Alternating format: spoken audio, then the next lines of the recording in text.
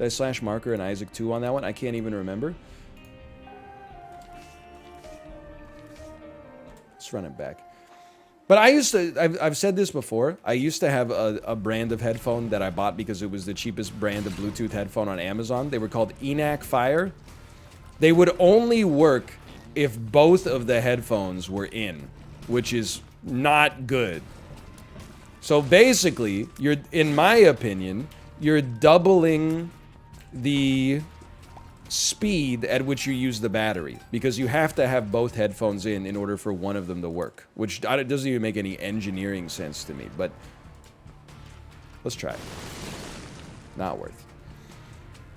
Now I have some Galaxy Buds, and you only have to have one Galaxy Bud in order, you need to have both in for noise canceling, but I don't want noise canceling. I actually use like the noise pass-through function, so I don't have to take my headphones out when I have to say, no, I don't need a bag at the grocery store.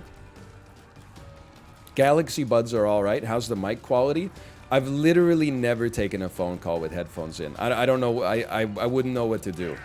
I know everybody else is very cool. When I go out for a walk with my daughter, everybody's talking on their Bluetooth headphones at all. And then I said, I'll bring the cups. And he said, oh, I've already brought the cups. Why don't you bring the sodas? And then I said, do we have a problem here? Like, I overhear this conversation 70 times a day when I go out for a walk. I know people have got a lot of stuff going on in their lives, I guess. But I've never taken a phone call on headphones. 3.5 damage, by the way. Let's just relax. It's the first floor. Also, I meant to talk about this with Sips yesterday, but Caden and I took our daughter to the park on Sunday, and we were laughing because we've been talking about parents who are too busy like looking at their phone to watch their kids at the park.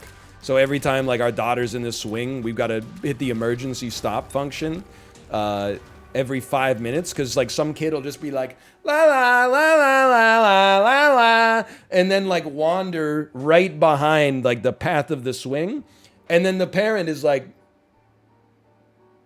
not paying attention at all. But we had another situation where we were at the park where a swing set opened up, and a mom who had been using her phone like the whole time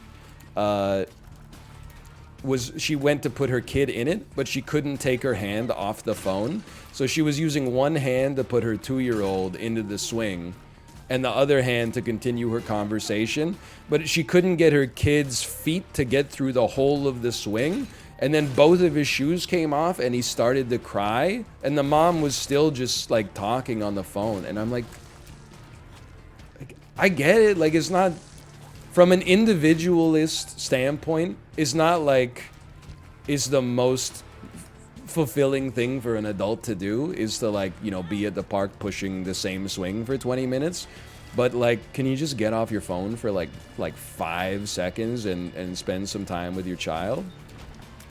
I don't know, maybe everybody at the park just has like really important stuff going on at all times, but and maybe I just don't, even though like I'm at the park and I almost died last week or whatever, and I'm getting a lot of calls from like, you know, doctors and stuff like that. But I guess like you got some important stuff going on as well. Was she working? I don't know, because she was speaking Spanish, so I was like, I couldn't judge her for that. I couldn't be like, this call's not important. Instead, I was just like, I bet this call's not that important. It was like a Sunday morning at 10 a.m. I was like, I bet this is for pleasure, not for business. I'm not saying she can't speak Spanish. I'm just saying if she spoke Haitian Creole, I would at least be able to be like, hey, let me hold that for you for a couple of seconds while you... That's a callback to an earlier, if you're watching this on YouTube, it's a callback to an earlier time.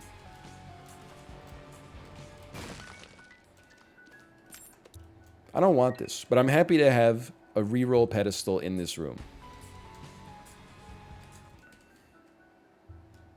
I'm going to go to our shop and buy a spirit heart. Piece of crap. I'm going to buy a battery, and then I'm going to roll this. Cursed.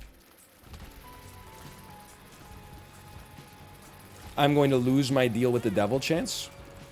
It's okay, it happened. That's why I wanted to get a dang spear at heart, but so be it. You know, it doesn't always... Don't it always seem to go? You don't know what you got till it's gone. You can't kill the corn flies fast enough, so you might as well just embrace that you're going to take some hits there. I don't want a cursed run, because as soon as I finish this one, I could play Fall Guys. I could play 2 rounds of Fall Guys, lose in the second round 3 times, and be like, you know, that was fun. I need a little mom's knife action here.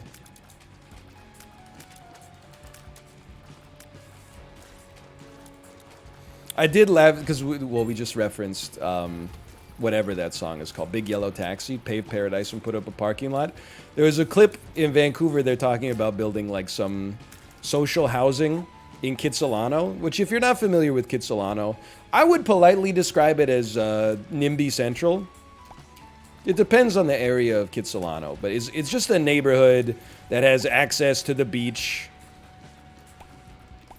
So there's a lot of Nimbyism there. I used to live in the neighborhood, so I've experienced it myself. But there was a protest against the social housing, and at the protest, somebody opened it by getting on stage and performing Big Yellow Taxi. I just can't imagine when they want to take a parking lot and turn it into a paradise for some people to get on stage and be like, they're paved paradise and put up a no, they're paving the parking lot and kind of like, I'm not gonna say it's a paradise, but they're at least putting up something like helpful. They're putting up houses. They paved paradise and put up a house, man. They paved a parking lot and put up a house. I'm fundamentally, I have to disagree with your position on this just because it seems like you don't understand the song. You can't just sing the song to protest anything that you don't like. It has to make coherent sense. Only good items, by the way. It's not that bad. I'm willing to go for it. I'm unwilling to go for it. Check this out. Oh, nice try.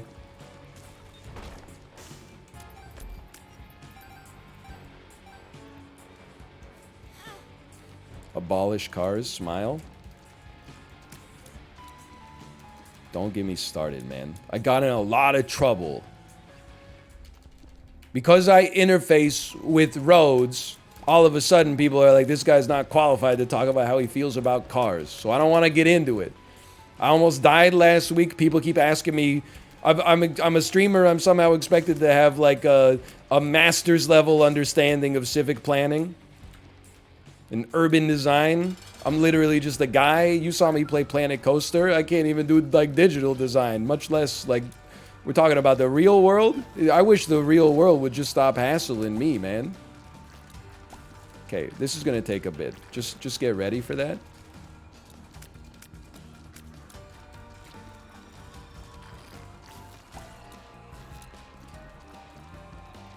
Did you see that Joey Chestnut had to fight a vegan protester at the hot dog eating contest? I didn't see that, but that is kind of an incredible story. It sounds like an Onion headline. Pork crazed Joey Chestnut fights vegan protester at Nathan's hot dog eating contest. That sounds like a an Onion headline for sure. He put the man in a damn headlock. Holy cow. I mean, that's like the golf thing, right? Like, I mean, if you're vegan and you're like protesting for animal rights and like ending factory farming and stuff like that, your beef's not with Joey Chestnut, it's with Tyson Poultry Farms. We have a common enemy because they are trying to make my antibiotics no longer function properly. Joey Chestnut eating 76 hot dogs in 10 minutes, that's you got no problem with Joey. Joey's not your enemy. He's literally just a guy. You gotta talk to like, you gotta protest the Oscar Mayer factory or something like that, man. No, I'm not gonna make vegans apologize for that, because vegans already get like a horrible rap that is like largely undeserved. There'll be like one militant vegan, and then like the 99.9% of vegans who are normal all have to apologize for them. That doesn't seem fair to me. I'm not going to apologize for like every bald person that does some messed up stuff out there, you know, like just that person's maybe, I don't know, maybe they were even being fine. I mean, you could go and protest the hot dog eating competition. I'm not trying to say you can't protest the hot dog eating competition. I don't know the ins and outs of the story, so I'm not going to say that Joey Chestnut was in the wrong or he was in the right. Maybe they were just harmlessly protesting, and then Joey Chestnut was like, this is my life, and then, you know, jumped in there and put the dude in the headlock for no reason. Like, I'm not going to say that. I wasn't there. You should see the video. It actually happened during the contest. Joey Chestnut had a broken leg. Mid-contest, he put the dude in a headlock, and he still won by 20 hot dogs. This cannot be true. This is... There's two... That's exactly what happened. Okay, I'm inclined to take Joey Chestnut's side just because that sounds incredible. That's basically what happened.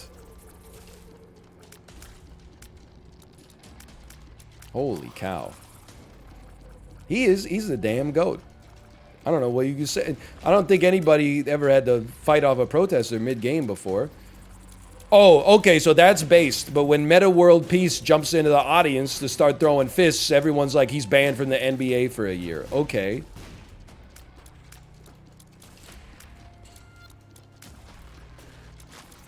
No, that was based too? Yeah, I saw the documentary. I was... Honestly... I mean, it's just like it's the same take like that I had about the orangutan grabbing the dude through the cage. It's like people treat the athletes like they're not real people. They'll say like all sorts of fucked up shit. Then all of a sudden, one of them starts coming into the stands and they're like, ah! You're being like punched by a dude who actually uses his body for a living, and you're like, whoa, I paid $65 for this ticket and said some fucked up shit to you, verbally abused you, and threw some shit at you. You're not allowed to punch me. I'm the customer. There actually, I mean, there was like an insane era in the NHL where like coaches and players, or sorry, coaches and spectators were getting into fights now and then. So Mike Milbury, the ex-coach and general manager of the New York Islanders, one time did... I can't remember if he climbed over the glass, but he was getting, like, verbally abused by a fan, and he took his shoe off and, like, beat the shit out of the fan with his shoe. He climbed into the stands and did it. That shit is so funny, man. There's so many great, like... I know I'm biased. There's great clips in every sport, but there's so many great hockey clips. Like the one where the fan goes, I forget which player it is, but the fan goes like, meh, meh, meh, like this guy's a big crybaby. And then later in the game, the puck goes over the glass, and the fan's holding like a big slushie, and the puck destroys the slushie. Or no, it hits him in the face. And the fan's bleeding from his face, and the guy comes over and goes, wait, that's so good. That's the sort of thing that, like, it makes you believe in a creator. Like, the odds of that are so low. I guess there's a lot of games, so, like, you know, rare events can happen all the time, but man, that's a great clip. I know the clip relatively well because I watched SportsCenter growing up, and like every week there would be like a top 10 insane clips, and then that would always be on there. Jose Canseco home run off the forehead. That was Steve Sullivan. Based Steve Sullivan, one of the fastest overall skaters in ESPN NHL 2K5. Ty Domi did also climb into the stands to beat up a fan.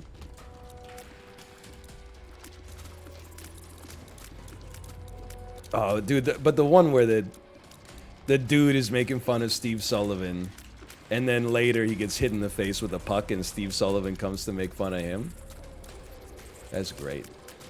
I mean, like, I understand there was some negative repercussions of the Malice at the Palace, like the NBA versus fans brawl, but like...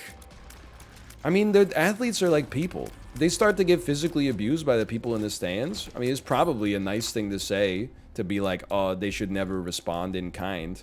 But also, like, fucking, You threw like a bottle at me or something. You threw a beer at me. I understand the desire to jump into the stands and go like, guess what, motherfucker?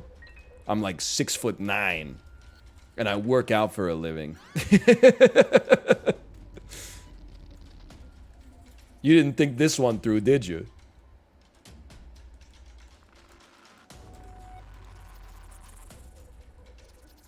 I finished the floor? Okay, let's get out of here.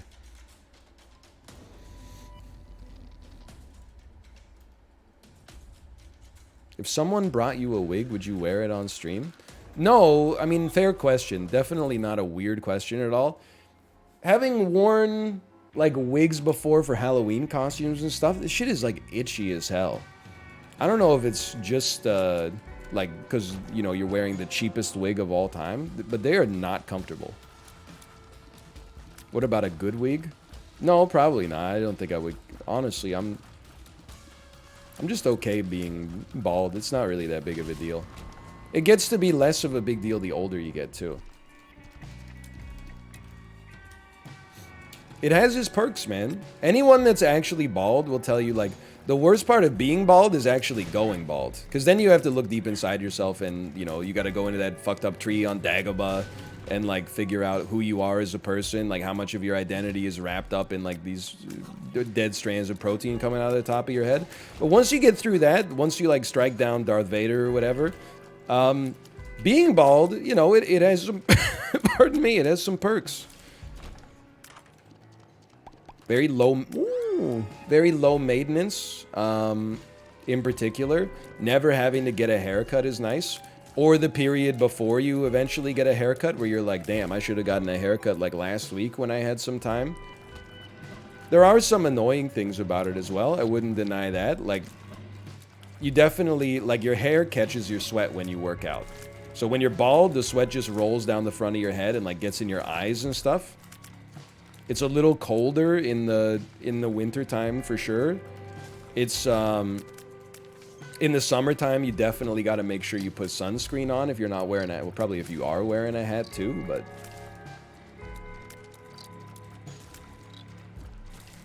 like there's positives.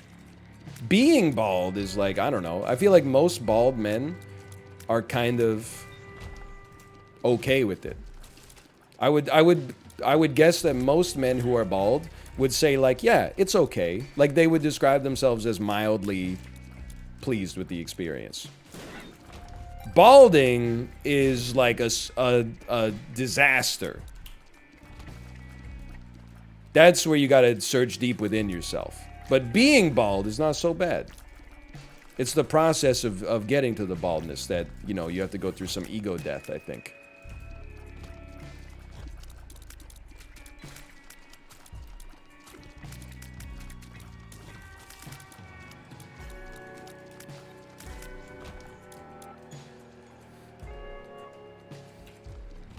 That's all I got. I don't know. I mean, it is one of those things. I'm sure, like, this one's for my bald people in the chat.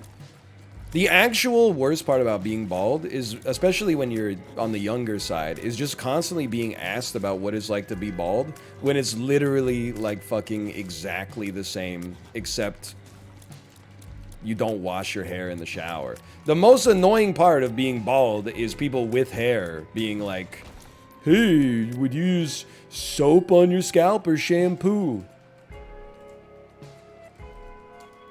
Just over and over and over again. Like, it's literally all I wanted is to be treated like the same way you would treat someone with hair, but apparently society's not at that point yet.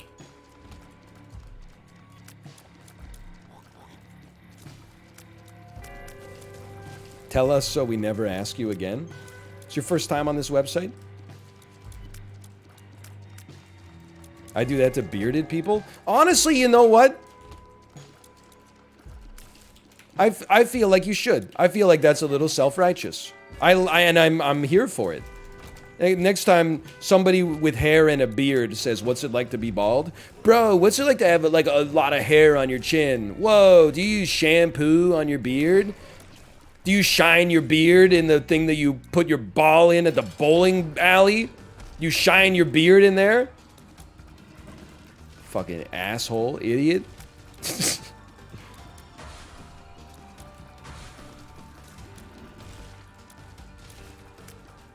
Shine your beard in the Shine-O-Matic 5000. I don't want to be too rude about this, okay? 18-minute caves too. No, hold on. I'm going to be rude and I'm going to go off.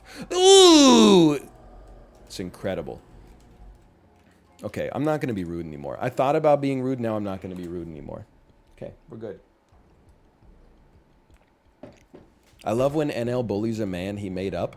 Okay, so then I'm going to be rude, because if you love it, then I'm going to be rude. What I was going to say is I just, you know, sometimes I see a guy with a beard, and I'm like, I just want you to know I can still see your chin.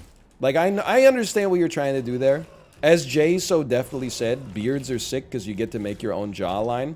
I just want to... Look, because I'm making up a guy to be mad at. The guy I'm making up made a bald joke at my expense, and I say, hey, Thor Odinson, just so you know, I can still see your jawline under that thing. That's it. That's all I got. That's all I'm saying. I didn't want to be rude about it. I was bullied into doing it.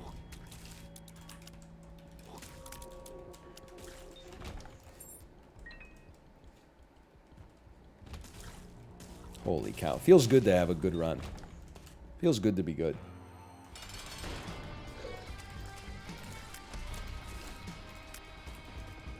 You're not making that guy up? He's me? Your beard is not made of Kevlar. You can still be wounded, spiritually speaking. NL's brave to talk about jawlines? What the hell? Dude, I've got an adequate jawline. Come on. I'm not going to Amsterdam for that weird Dutch chinlet surgery. I'm not saying I got the most pronounced jawline of all time. I've never been self-conscious about my jawline, except when, like, I got overweight. Most of the time, I'm like, dude, I'm even approaching... I know this was like when Mouth posted the photo of us from high school. I said last known sighting of my chin dimple. I'm just saying, I'm not trying to brag, but when I had 2 bouts of food poisoning simultaneously and almost died, I was starting to see the chin dimple again. It's knocking. It's knocking at the door.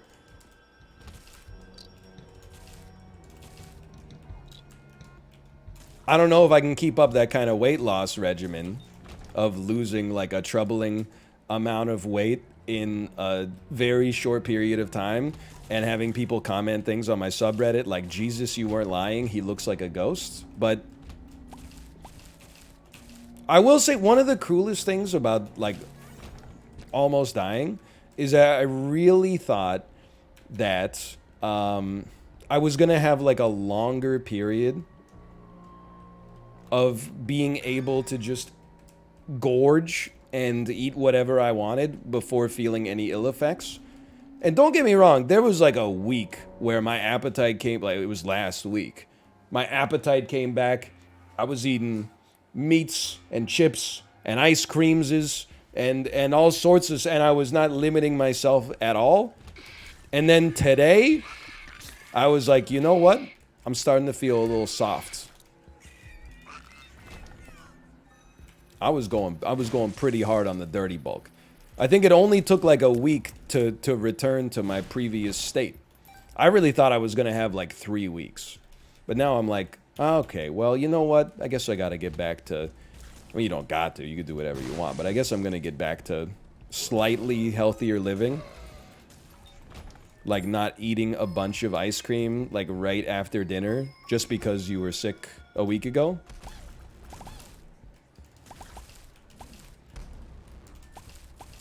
Back to Formula? You back on the Peloton? I did ride the Peloton today. It was not a good ride, but it was not good in a much different way than my previous not good rides when I was really sick were. Like when I was really sick, the rides felt like I was pedaling through mud. This one, I was just like, oh yeah, it's been like 2 weeks since I was on this. Like I feel weaker and like more out of breath. Roll me. Ooh.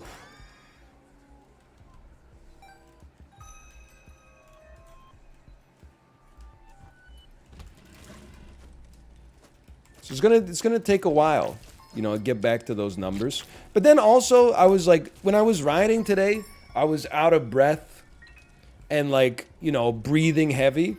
And I was like, no, I've got to get to 330 output minimum. Otherwise, I'm not going to be like happy with myself. And then I had like a moment when I was listening to Spice Girls, Spice Up Your Life, where I was like, why? Like, you were like really sick? Just relax. Like, I gave myself permission to just be like, why are you killing yourself on this bike for like no reason? Why don't you just like work out like a normal person? And I was like, you know what? I'm right. maybe my conditioning will come back in time, or maybe it'll always be dampened a little bit. But like, who cares? You're fucking 33 years. You're a 33-year-old amateur stationary cyclist. You're not trying to try out for like the Tour de France or something like that. Just chill out. Just do your workout and then like do your job and then hug your kid, and you know, that's you pretty much got it.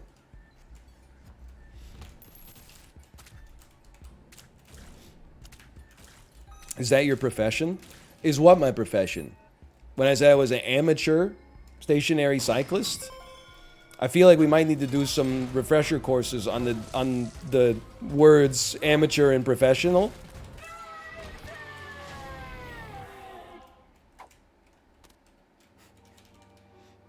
No, hugging your kid. Well, honestly, family first, man. So sure, that's my profession.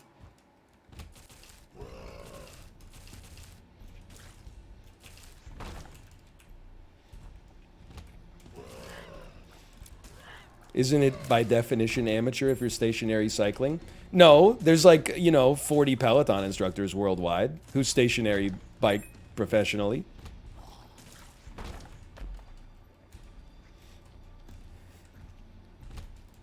There's a very, very small edge case of professional stationary bike riders. They instruct professionally. They're not doing anything. Meg the Stallion is telling me what to do. They're just there telling me the parameters. Oh, by the way, they're basically like a human metronome. The beat of the song is at 63. I'm like, I know. Body, yaddy, yaddy, yaddy, yaddy, yaddy. 63. Come on.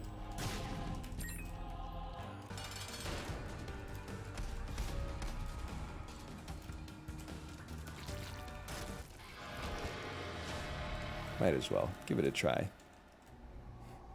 I know, I can count.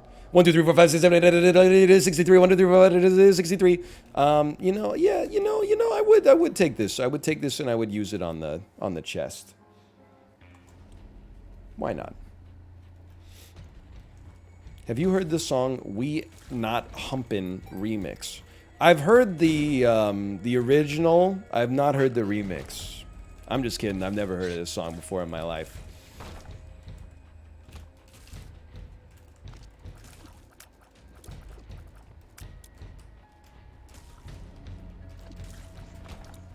We made it up? Nope. It's a work of fiction. That one's from us. Not a chance. We made that one up. Nope. It's a lie. Have you listened to any more Kim Petras? No, I haven't taken any more Cody Rigsby pop rides since I heard Throat Goat.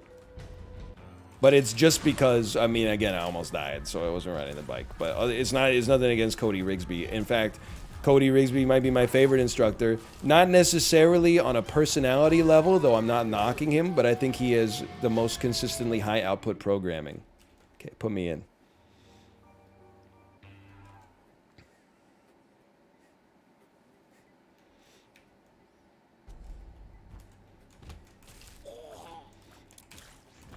I have seen Dan's reaction to finding out Radagon as a second phase.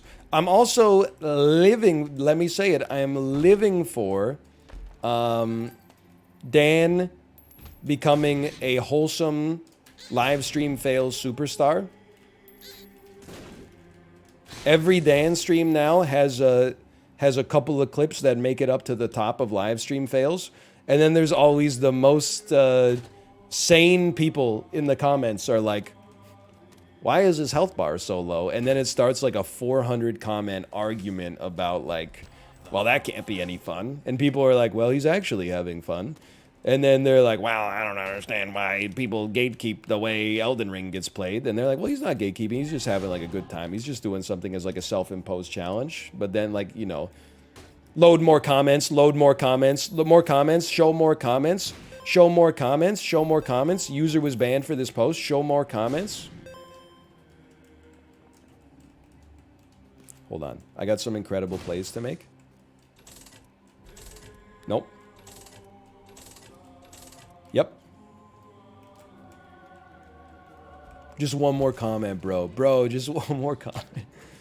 I love, and people kind of thought I was ragging on T1 in the Ludwig post where he showed the clip of what T1 was saying about his League of Legends play. It's definitely not the case. I've never talked to Tyler 1 in my entire life, but I've seen many clips, and I think he's hilarious. But the clip where he's talking shit about Ludwig is so good. Like, the first 10 seconds of it are, like, musical. I dare not repeat what he said. But it's actually, like, it's such a, like, a rage-induced, articulate stream of consciousness. It's just, like, it's so good. It's beautiful. It's actually, like, and I don't say this lightly, like, it's beautiful prose. Does it make you look at wonder of the universe like the James Webb telescope? No, not at all. But it's beautiful in like a different way. You know, okay, I will find it. I'll at least play the audio for you.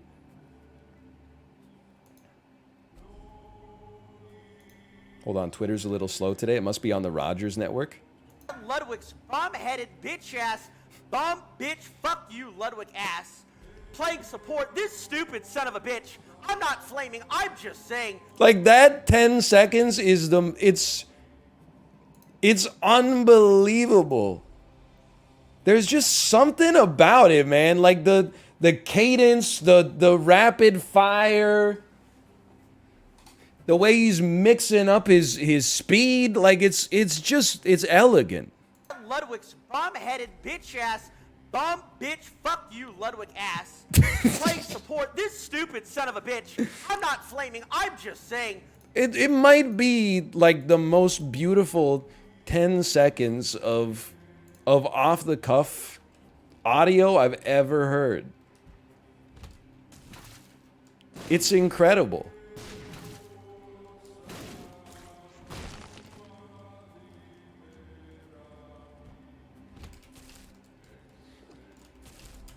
It's, OMG, he does. What's the context? I don't know. They've like played in some kind of Amazon Prime League of Legends tournament where probably like good League players were matched up with variety streamers, which happens all the time. And then, what? Oh, it's Mr. Beast tournament. OMG, he does. I don't even know why I keep saying it, but it was a Mr. Beast versus Ninja best of 5. I bet on Ninja because I've seen, I don't know if anybody else has seen this tweet, but I've heard that he's been known to dominate the mid lane. I'm not going to repeat what happens after that, but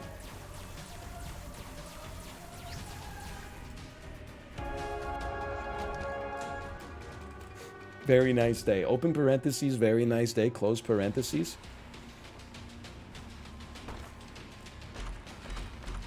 I'm just gonna say, this is gonna sound like I'm making this up. This is an incredible situation for us here, by the way, but it's gonna sound like I'm making this up. I've seen the video where Ludwig gets a call from Mr. Beast, and then like a couple of hours later, Ludwig is on Mr. Beast's private jet being flown out to an event. If I was offered to take a private jet, I would not take it. And I know how that sounds, but like I just trust the safety standards on commercial airlines more than I trust the safety standards for chartered flights, because it's just, It just seems scary to me. Like, again, every time I say this, I'm like, careful, because then you might watch the news and be made a fool in a couple days. But like in North America, major commercial airline disasters are like exceptionally rare in the modern era. Planes still crash all the time, but they're all like privately owned and chartered flights where like they can afford to be a little bit lax on the safety standards, and all of a sudden we only got one pilot instead of two pilots, and then the pilot has a simultaneous Salmonella Campylobacter infection. Before you know it, you get rapid depressurization at cruising altitude, and you know everybody gets hypoxic and the whole thing goes upside down.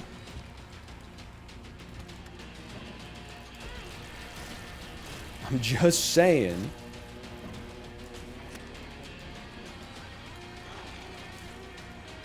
What is wrong with you? The culture came back. It started to grow two different kinds of bacteria simultaneously.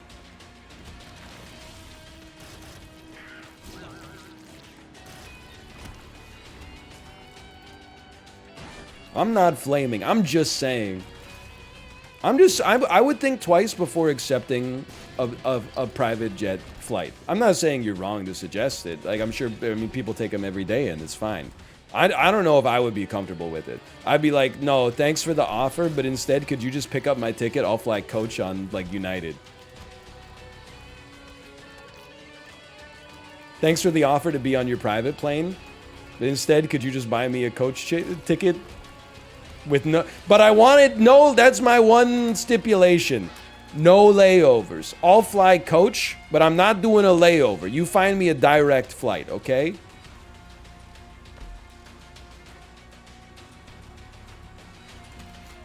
I'll take the worst seat on an airplane where I don't have to do a layover over first class, but I got to spend 45 minutes at MSP. What airport is MSP? You have to ask, is Minneapolis St. Paul.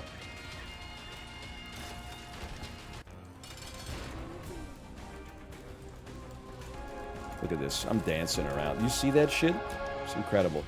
It is an intellectually dishonest take because MSP is a good airport. You're not wrong. MSP is actually a sick airport. It was so sick that when we got snowed into it, Delta said, sorry, we're out of hotel vouchers, but here's a food court voucher. We got a lot of great restaurants, and you can just sleep in the food court. Really appreciate that, Delta. Really thankful. And thanks for the weather, Minnesota. I appreciate it. What we chose instead is to get an Uber out of the airport and then pay for a hotel out of pocket. Then we used the food court voucher at rock bottom for brunch the next day.